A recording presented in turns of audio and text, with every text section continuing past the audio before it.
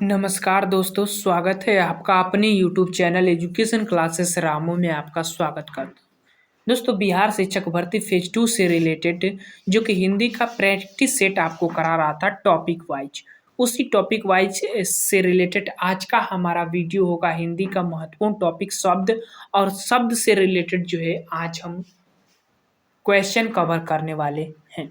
तो अगर आप बिहार शिक्षक भर्ती की तैयारी करते होंगे तो उसमें बहुत ही महत्वपूर्ण रोल अदा करेगा। तो इस वीडियो को अंत तक देखिएगा और हिंदी व्याकरण से रिलेटेड जितने भी टॉपिक पर मैं वीडियो बना रहा हूँ उन सभी वीडियो को देखिएगा। एक एक टॉपिक को कवर किया जा रहा है हिंदी का, क्योंकि बिहार शिक्षक भर्ती के इस बार के एग्जाम में बहुत ही इंपॉर्टेंट रोल है, इसीलिए। तो चलिए वीडियो को शुरू करते हैं। प्रश्न नंबर पहला कह रहा है कि थाली का तत्सम रूप क्या होगा, वो आपको प्रश्न नंबर पहला में बताना है। थाली का तत्सम रूप क्या होगा वो आपको बताना है। ऑप्शन जो हमारा सही हो जाएगा वो होगा स्थाली। स्थाली वाला ए वाला ऑप्शन जो है हमारा सही हो जाएगा। थाली का तत्सम स्थाली होता है। आगे चलते हैं। प्रश्न नंबर दूसरा यह कह रहा है कि जामुन का तत्सम रूप आपको बताना है दूसरे में। ऑप्शन की बात किया जाए तो जम्बू हो जाता है, सी वाला विकल्प जो है सही हो जाएगा। तत्सम और तद्भव अलग अलग दोनों होते हैं। इसमें जो ये शब्द है ये तद्भव है और ये शब्द जो है तत्सम है, तो इस चीज को ध्यान रखिएगा। सी वाला विकल्प हमारा सही हो जाएगा। प्रश्न नंबर तीसरा निम्नलिखित में से एक तद्भव शब्द है, उसको आपको इसमें से छांटना है तीसरे का। ऑप्शन जो हमारा पूजी जो है शब्द जो है कई बार इंपॉर्टेंट पूछा गया है, ये तद्भव शब्द के अंतर्गत आता है, तो इस बात को ध्यान रखिएगा। बहुत से लोग इसको तत्सम मानते हैं लेकिन ये तद्भव है, पॉइंट ध्यान रखिएगा पूजी। तीसरा का ये वाला। प्रश्न नंबर चौथा तद्भव चबूतरा का तत्सम रूप क्या होगा वो आपको बताना है। इसका तत्सम रूप क्या होगा चौथा का। ऑप्शन की अगर हम बात करें तो चत्वार जो होता है वो इसका तत्सम रूप हो जाएगा। डी वाला विकल्प जो है 4 का हमारा सही हो जाएगा। चलिए आगे चलते हैं। प्रश्न नंबर 5वां व्यंत का तत्सम रूप क्या होगा वो आपको प्रश्न नंबर 5वां में बताना है। व्यंत का जो है तत्सम रूप की बात करें तो व्यत्र हो जाता है। ऑप्शन नंबर हमारा बी वाला सही हो जाएगा। प्रश्न नंबर 6वां बभूत का तत्सम रूप क्या होगा वो प्रश्न नंबर 6 में बताना है। तो तत्सम रूप की अगर हम बात करें भभूत की, तो भभूत की जो है विभूति होता है। ऑप्शन किसमें है ए वाला विकल्प में हमारा सही हो जाएगा। प्रश्न नंबर 7वां हल्दी का तत्सम रूप क्या होता है वो आपको बताना है। तो हल्दी का हरिद्रा होता है। ऑप्शन किसमें मिल रहा है तो सी वाले ऑप्शन में मिल रहा है। सी वाला ऑप्शन 7वां का सही हो जाएगा। प्रश्न नंबर आ जाते हैं 8वां पर। 8वां कह रहा है कि करपट का तद्भव रूप क्या होगा वो आपको प्रश्न नंबर 8वां में बताना है। करपट को हम क्या कहते हैं, कपड़ा कहते हैं ना, डी वाला विकल्प इसका सही हो जाएगा। प्रश्न नंबर 9 अटालिका का जो है तद्भव रूप क्या होगा प्रश्न नंबर 9 में आपको बताना है। तो अटारी को अटालिका कहा जाता है, डी वाला विकल्प इसका सही हो जाएगा। आगे चलते हैं। प्रश्न नंबर 10 कैवर्त शब्द का तद्भव रूप क्या होगा वो आपको बताना है प्रश्न नंबर 10 का। ऑप्शन की अगर हम बात करें तो कैवर्त का मतलब होता है केवट, तो बी वाला ऑप्शन हमारा सही हो जाएगा। प्रश्न नंबर 11 पर चलते हैं। निम्न में से कौन सा शब्द जो है तद्भव है वो आपको बताना है। तद्भव शब्द 11 का ऑप्शन की बात करें तो 3 जो है तद्भव शब्द होता है, ध्यान रखिएगा। सी वाला विकल्प इसका सही हो जाएगा। प्रश्न नंबर 12 कह रहा है कि मक्खी शब्द का तत्सम रूप क्या होगा वो आपको प्रश्न नंबर 12 में बताना है। तो मच्छिका होता है, डी वाला ऑप्शन इसका सही हो जाएगा। मक्खी का मच्छिका, डी वाला 12 का सही हो जाएगा। आगे चलते हैं। प्रश्न नंबर 14 कह रहा है कि निम्न में से कौन सा शब्द तद्भव है। 14 कह रहा है तद्भव आपको बताना है। तो कोयल शब्द जो है तद्भव हो जाएगा। बाकी तीनों शब्द जो आपको दिख रहे हैं ऑप्शन में ये तत्सम है, तो इस पॉइंट को ध्यान रखिएगा। कोयल जो है तद्भव हो जाएगी। प्रश्न नंबर 15 है कि संस्कृत के वे शब्द जो हिंदी में ज्यों का प्रयुक्त होते हैं, ज्यों का प्रयुक्त होते हैं मतलब जो ही जो है वो प्रयुक्त होते हैं, तो उसको हम तत्सम कहा जाता है। 15 का बी वाला ऑप्शन हमारा सही हो जाएगा। प्रश्न नंबर 16 गोधूम का तत्सम रूप क्या होगा वो आपको बताना है। तो गोधूम को हम गेहूं कहते हैं ना, ए वाला ऑप्शन हमारा 16 का सही हो जाएगा। आगे चलते हैं। प्रश्न नंबर 17 ये कह रहा है 17 कि निम्न में से कौन सा शब्द तत्सम शब्द है, वो आपको प्रश्न नंबर 17 में बताना है। तत्सम शब्द, अब यहाँ पर ऑप्शन आपके सामने है, ये तद्भव है, ध्यान रखिएगा, आंख भी तद्भव है और ईट भी जो है तद्भव के अंतर्गत आएगा, लेकिन नारिकेल जो है ये तत्सम में आएगा। तो 17 का हमारा पहला ऑप्शन सही हो जाएगा, बहुत इंपॉर्टेंट है, ध्यान रखिएगा। प्रश्न नंबर 18, निम्न में से कौन सा शब्द रूढ़ शब्द का उदाहरण है, वो आपको बताना है। प्रश्न नंबर 18 रूढ़ शब्द इसमें से आपको बताना है। ऑप्शन की अगर हम बात करें तो बी वाला ऑप्शन जल जो है रूढ़ शब्द हो जाएगा सही, बी वाला ऑप्शन हमारा सही होगा। प्रश्न नंबर 19 है कि साखी शब्द का तत्सम रूप क्या होगा, वो प्रश्न नंबर 19 में आपको बताना है। तो साक्षी हो जाएगा, साखी का साक्षी।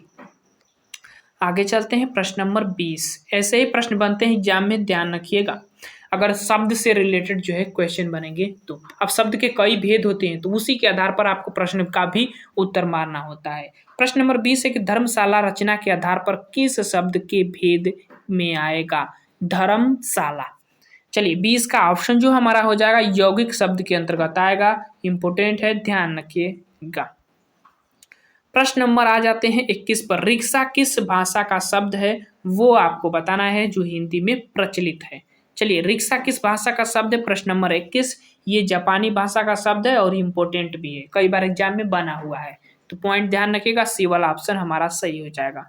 प्रश्न नंबर 22, निम्न में से कौन शब्द यौगिक है, वो आपको प्रश्न नंबर 22 में बताना है। कौन सा शब्द यौगिक है वो बताना है। प्रश्न नंबर 22 का ऑप्शन जो होगा पाठशाला जो शब्द है वो यौगिक शब्द हो जाता है। देखिए जुड़ा भी शब्द है तो ये वाला विकल्प इसका सही हो जाएगा। प्रश्न नंबर 23 है कि निम्न में से तत्सम शब्द कौन सा है, वो आपको प्रश्न नंबर 23 में बताना है। ऑप्शन की अगर हम बात करें तो दिवसा ये एक तरह का तत्सम शब्द में आता है, डी वाला विकल्प इसका सही हो जाएगा। प्रश्न नंबर आ जाते हैं 24 पर, निम्नलिखित तत्सम तद्भव शब्दों के युग में से कौन युग्म त्रुटिपूर्ण है, वो आपको प्रश्न नंबर 24 में बताना है। कौन सा शब्द में त्रुटिपूर्ण है, तो कपाट मतलब ये कपड़ा नहीं होता है, इस बात को ध्यान रखिएगा, तो बी वाला विकल्प हमारा सही हो जाएगा। घृत माने घी होता है, तिक्त माने तीखा होता है, क्षीर माने खीर होता है, लेकिन ये नहीं होता है और हमें त्रुटिपूर्ण गलत ही छांटना था, तो बी वाला विकल्प इसका सही हो जाएगा।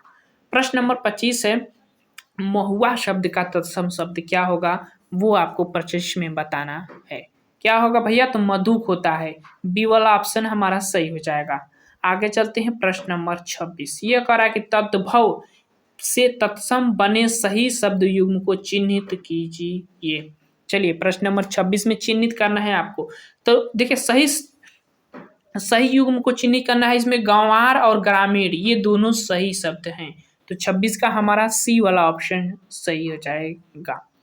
आगे चलते हैं प्रश्न नंबर 27। प्रश्न नंबर 27 कह रहा है कि केला का तत्सम शब्द क्या होगा, वो आपको बताना है प्रश्न नंबर 27 में। ऑप्शन की बात करें तो कदली मतलब केला, बी वाला विकल्प इसका सही हो जाएगा।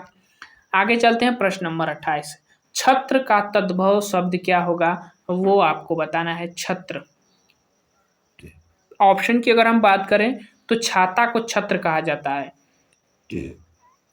बी वाला विकल्प इसका सही हो जाएगा। प्रश्न नंबर 28 है कि कौन सा शब्द तत्सम शब्द नहीं है, वो आपको प्रश्न नंबर 29 में बताना है। तो कौन सा तत्सम शब्द नहीं है, तो कटहरा जो है ये तत्सम शब्द नहीं है, इस बात को ध्यान रखिएगा, बाकी तीनों तत्सम शब्द हैं। आगे चलते हैं प्रश्न नंबर 30, गोबर का तत्सम शब्द क्या होगा, वो आपको प्रश्न नंबर 30 में बताना है। तो गोमय जो है गोबर का तत्सम रूप हो जाता है, तो बी वाला विकल्प हमारा सही हो जाएगा। प्रश्न नंबर 31 है कि सुई का तत्सम क्या होगा, वो प्रश्न नंबर 31 में बताना है। तो सूचिका जो है ये सुई का तत्सम रूप शब्द हो जाएगा प्रश्न नंबर 31 में। 31 का डी वाला विकल्प हमारा सही हो जाएगा, ध्यान रखिएगा। प्रश्न नंबर 32 है कि पलंग का तत्सम रूप क्या होगा, वो आपको प्रश्न नंबर 32 में बताना है। पलंग को पर्यंक भी कहते हैं, ये यूपी टेट का इंपॉर्टेंट क्वेश्चन है, ध्यान रखिएगा, डी वाला ऑप्शन हमारा सही हो जाएगा। पिछली बार के यूपी टेट में पूछा हुआ क्वेश्चन था ये। प्रश्न नंबर 33, मक्खन का तत्सम शब्द क्या होगा, वो आपको प्रश्न नंबर 33 में बताना है। मच्छर जो होता है मरक्षण, ये जो है मक्खन का तत्सम रूप हो जाएगा। आगे चलते हैं प्रश्न नंबर 34। ये कह रहा है कि अकार्य का तद्भव रूप क्या होगा, वो आपको बताना है। 34 का कौन सा विकल्प को अकाज जो है अकार्य का तद्भव रूप हो जाएगा, तो बी वाला विकल्प इसका सही हो जाएगा। 35 है कि निम्न में से तत्सम शब्द कौन सा है, वो आपको इस ऑप्शन में से ढूंढना है 35 के। कौन सा, तो पद जो है ये जो है तत्सम शब्द है, बाकी सब तद्भव के अंतर्गत आएंगे 35 का, तो डी वाला ऑप्शन सही हो जाएगा। आगे चलते हैं प्रश्न नंबर 36। प्रश्न नंबर 36 कह रहा है कि दो या दो से अधिक शब्दों या शब्दांशों के मेल से बने शब्द क्या कहलाते हैं। जब दो या दो से अधिक शब्दों या शब्दांशों की बात हो रही है तो ध्यान रखिएगा प्रश्न नंबर 36 का कौन सा ऑप्शन होगा, तो यौगिक शब्द उसको हम कहते हैं, ध्यान रखिएगा ए वाला विकल्प इसका सही हो जाएगा। प्रश्न नंबर 37 है कि तत्सम शब्दों का मूल स्रोत है क्या, वो प्रश्न नंबर 37 में आपको बताना है। तत्सम मूल स्रोत संस्कृति होता है, तो सी वाला ऑप्शन इसका सही हो जाएगा।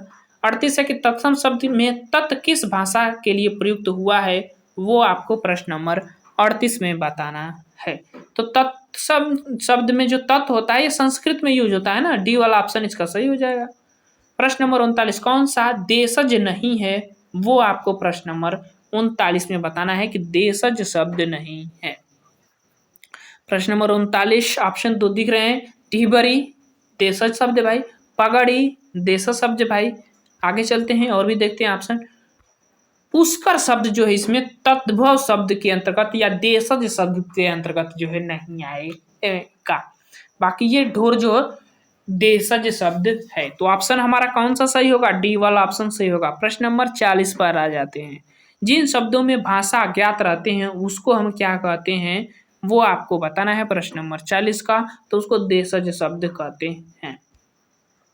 प्रश्न नंबर 41 उत्पत्ति के आधार पर शब्द के मुख्यतः कितने भेद होते हैं, प्रश्न नंबर 41 में आपको बताना है। तो उत्पत्ति के आधार पर मुख्यतः की जब बात हो तो 4 भेद होते हैं, याद रखिएगा, तत्सम तद्भव देशज विदेशज, ठीक है ना, मुख्यतः के आधार पर, तो ये वाला ऑप्शन हमारा सही हो जाएगा। प्रश्न नंबर 42 संकर शब्द का अर्थ क्या होता है, वो आपको बताना है। तो दो भाषाओं के शब्दों के मिलकर बना शब्द जो होता है वही संकर शब्द कहलाता है। तो 42 का हमारा कौन सा ऑप्शन सही होगा, डी वाला ना। आगे चलते हैं प्रश्न नंबर 43 चाय किस भाषा का शब्द है, वो प्रश्न नंबर 43 में बताना है। तो चीनी भाषा का शब्द है, बी वाला ऑप्शन हमारा सही हो जाएगा 43 का। प्रश्न नंबर 44 निम्न में से कौन सा शब्द तुर्की भाषा का है, वो प्रश्न नंबर 44 में आपको बताना है।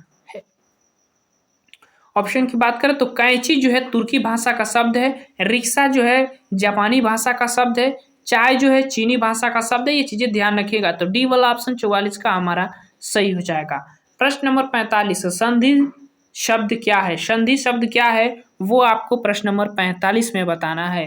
तो संधि एक तरह का तत्सम शब्द हो जाएगा, ऑप्शन के अकॉर्डिंग बी वाला विकल्प हमारा सही हो जाएगा। प्रश्न नंबर 46 कमल किस प्रकार का शब्द है, वो आपको प्रश्न नंबर 46 में बताना है। तो कमल एक तरह का रूढ़ शब्द है, रूढ़ शब्द का मतलब कि ना तो कोई विखंडित होगा ना तो कोई इसका अर्थ में परिवर्तित होगा, ये समान होता है, इसमें ना तो कोई परिवर्तन हो सकता है, उसी को रूढ़ शब्द कहते हैं, ठीक है ना। आगे चलते हैं 47 प्रश्न पर। प्रश्न नंबर 47 है कि मयूर शब्द है क्या, वो आपको प्रश्न नंबर 47 में बताना है। तो मयूर एक तरह का तत्सम शब्द है, मयूर मतलब मोर, बी वाला विकल्प इसका सही हो जाएगा। आगे चलते हैं प्रश्न नंबर 48 विभावरी किस प्रकार का शब्द है, वो प्रश्न नंबर 48 में आपको बताना है। तो ये एक तरह का ये तत्सम शब्द है, बी वाला ऑप्शन इसका सही हो जाएगा। प्रश्न नंबर 49 हंसी शब्द का तत्सम रूप क्या होगा, वो प्रश्न नंबर 49 में आपको बताना है। तो हास्य हो जाता है, डी वाला ऑप्शन इसका सही हो जाएगा।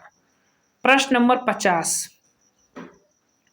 प्रश्न नंबर 50 है कि निम्न में से कौन सा रचना की दृष्टि से शब्द का भेद नहीं है, वो प्रश्न नंबर 50 में आपको बताना है। तो विदेशज जो शब्द है वो रचना की दृष्टि से शब्द का भेद नहीं है, प्रश्न नंबर 50 का ऑप्शन हमारा होगा वो डी वाला ऑप्शन सही हो जाएगा। प्रश्न नंबर 51 खरगोश शब्द कैसा शब्द है, वो आपको किस भाषा का शब्द है, वो प्रश्न नंबर 51 में आपको बताना है। तो फारसी भाषा का शब्द है खरगोश, ए वाला ऑप्शन सही हो जाएगा। प्रश्न नंबर 52 लिंग किस भाषा का शब्द है, वो आपको प्रश्न नंबर 52 में बताना है। चलिए, लिंग हिंदी अंग्रेजी ऑप्शन में दिया है और नीचे ऑप्शन है संस्कृत। तो लिंग जो है किस भाषा का शब्द है, यहाँ पर आ गया संस्कृत भाषा का शब्द है। तो 52 का हमारा सी वाला ऑप्शन सही हो जाएगा। रिपोतार्ज किस भाषा का शब्द है, इंपोर्टेंट है। प्रश्न नंबर 53 रिपोतार्ज जो है किस भाषा का शब्द है, वो आपको बताना है। तो ये फ्रांसीसी भाषा का शब्द है, ध्यान रखिएगा, ये वाला ऑप्शन हमारा सही हो जाएगा। पिछली बार के बीपीएससी में ऐसे जो है भाषाओं से रिलेटेड जो है कि किस भाषा का कौन सा शब्द है पूछे हुए हैं, तो ये चीजें ध्यान रखिएगा, इन वीडियो को जरूर ध्यान से देखिएगा। आगे चलते हैं प्रश्न नंबर 54 कूपन शब्द है किस भाषा का शब्द, वो आपको प्रश्न नंबर 54 में बताना है। तो ये भी फ्रांसीसी ही भाषा का शब्द है, ए वाला विकल्प इसका सही हो जाएगा। प्रश्न नंबर 55 अजायब घर किस भाषा का शब्द है, प्रश्न नंबर 55 में आपको बताना है। तो ये जो है अजायब घर जो है शंकर दो शब्दों से मिलकर बना है, इसीलिए डी वाला ऑप्शन हमारा सही हो जाएगा। प्रश्न नंबर 56 कौन देशज प्रत्यय का उदाहरण नहीं है, वो प्रश्न नंबर 56 में आपको बताना है। कौन नहीं है, तो उच्चारण जो है उच्चतर जो है ये जो है देशज प्रत्यय का उदाहरण नहीं है, सी वाला विकल्प हमारा 56 का सही हो जाएगा। आगे चलते हैं प्रश्न नंबर 57 गड़बड़ घोटाला कौन सा शब्द है, वो आपको प्रश्न नंबर 57 में बताना है। तो देशज शब्द है, बी वाला ऑप्शन इसका सही हो जाएगा। प्रश्न नंबर 58 आलपीन और गमला किस भाषा का शब्द है, प्रश्न नंबर 58 में आपको बताना है। तो ये जो है पुर्तगाली भाषा का शब्द है, बी वाला 58 का सही हो जाएगा।